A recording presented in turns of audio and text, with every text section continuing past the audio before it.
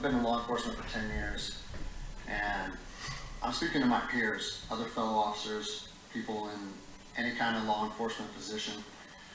I've seen officers nationwide enforcing tyrannical orders against the people, and I'm hoping it's a minority of officers, but I'm not sure anymore, because every time I turn on the television, every time I look to the internet, I'm seeing people arrested or cited for going to church, for traveling on the roadways, for going surfing, opening their businesses, going to the park with their families, or doing nails out of their own house, using their own house as a place of business, and having undercover agents go there and arrest them and charge them with what? With a crime?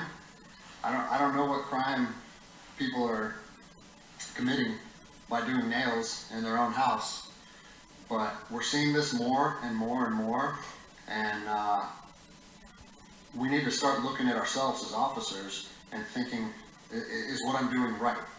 Now, I want to remind you that regardless of where you stand on the coronavirus, we don't have the authority to do those things to people just because a mayor or a governor tells you otherwise. I don't care if it's your sergeant or your chief of police. We don't get to violate people's constitutional rights because somebody in our chain of command tells us otherwise. It's not how this country works. Those are de facto arrests. You know, we're violating people's rights and taking money from them, or even worse, arresting them and depriving them of their freedom when they are exercising their constitutional rights. So let's talk about that.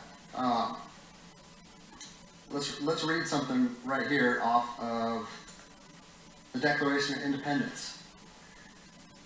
All men are created equal.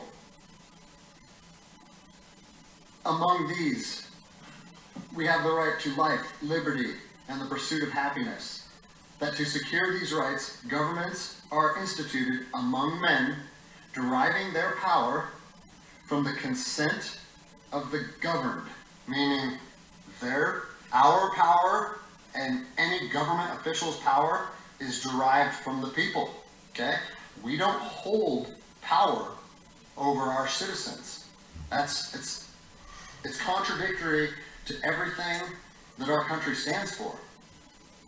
And this is what I'm seeing. First Amendment rights, telling people they can't go to church, freedom of religion. Okay? Telling people they can't protest, freedom of assembly. Fourth Amendment violations, illegal traffic stops to check for papers. What are you, the Gestapo? Is this 1930s Nazi Germany? You don't get to stop people unless you have reasonable suspicion or probable cause that they have committed a crime. And I know people that have personally been stopped saying, we want to see papers showing that you're essential. That is not how our job works, okay? What really has been pissing me off lately is the fact that these officers that are going out here and enforcing these tyrannical orders, what they're doing is they're making my job and my safety, or they're putting my job and my safety at risk. Because what you're doing is you're widening the gap between public trust and law enforcement officers. And what that's going to do is it's going to, look at what's happened to law enforcement in the last 10 years. Less and less public trust, and more often than not, that is a result of isolated incidents that get blown out of proportion. They're not isolated anymore. They're happening every single day.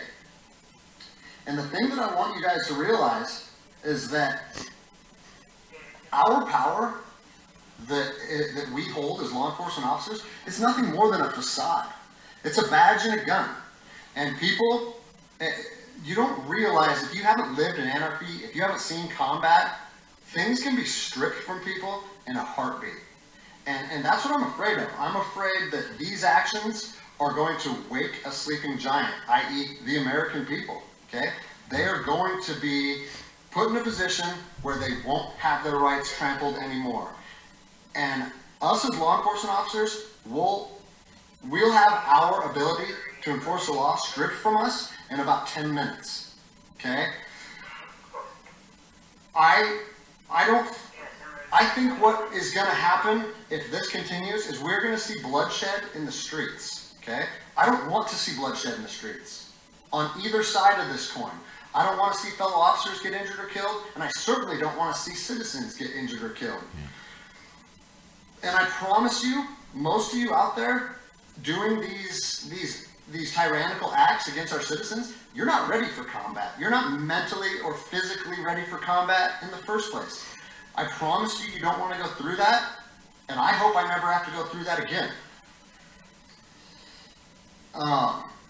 You don't get to just say, well, I'm doing this because I was told to do so, or I'm following orders, or I need to keep this job. Like, I have the same sob story that the rest of you guys have, but my personal choices and my living arrangements, no matter what they are, don't allow me to trample on people's rights. And I don't understand why that concept is so hard for people to understand. Listen, you need to stand up for what's right.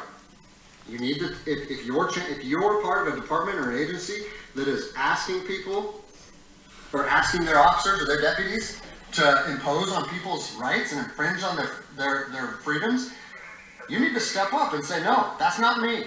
That's not what I signed up for, and that's going against my oath. And if that costs you your job, so be it. At least you'll be able to look at yourself in the mirror at night. I've already expressed this to my department. I come from a department that I feel like my chain of command shares my view, but I don't care what department you're part of or what your chain of command thinks. You don't get to trample on people's liberty. And so, as a special operations veteran, I've fought on the streets of Iraq under the U.S. government's guise of freedom.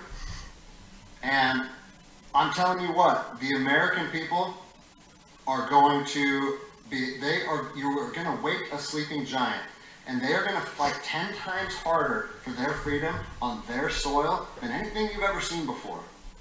And if that's something you're willing to face, then keep trampling on people's rights. But I promise you, the American spirit of defiance is going to rise again, and it's going to be a big problem for our country. So I'll leave you with this, something that I learned as an E-nothing in the Army. No matter what situation you're put in, if you look inside yourself and ask yourself one question, am I doing the right thing? You ask yourself that, you know the answer. And no amount of money or no order or law or anything should be able to make you go against doing the right thing. So I'm imploring officers to look inside themselves and ask themselves, is this what I want to be doing to my citizens? And I think the answer is clear. And if we all stand up together, guess what? It'll be a non-issue, no factor, because people and law enforcement will be united like we should be.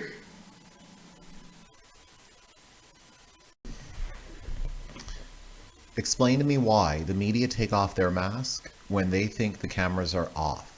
Is it all for show? Hashtag fake news. Hashtag lamestream media. Looks like the rules only apply to us peasants. How important that is. She also touched on Lollapalooza, no decision on that. Those demographics, no matter where they are, citing how important that is. She also touched on Lollapalooza, no decision on that. Those demographics, no matter where they are, citing how important that is. She also touched on Lollapalooza, no decision on that. Those demographics, no matter where they are, citing how important that is. She also touched on Lollapalooza, no decision on that. Our viewers, some of the data and what you're seeing and why you think that society should reopen? Yeah, we started gathering data, testing people in Kern County for COVID-19 using a nasopharyngeal swab. And initially our testing had criteria. The CDC requested us to use a screening of cough, fever, shortness of breath, which is what we did. And right now we've done just under 6,000 tests, and we're getting about a 7% positive infection rate for COVID for Kern County, which has just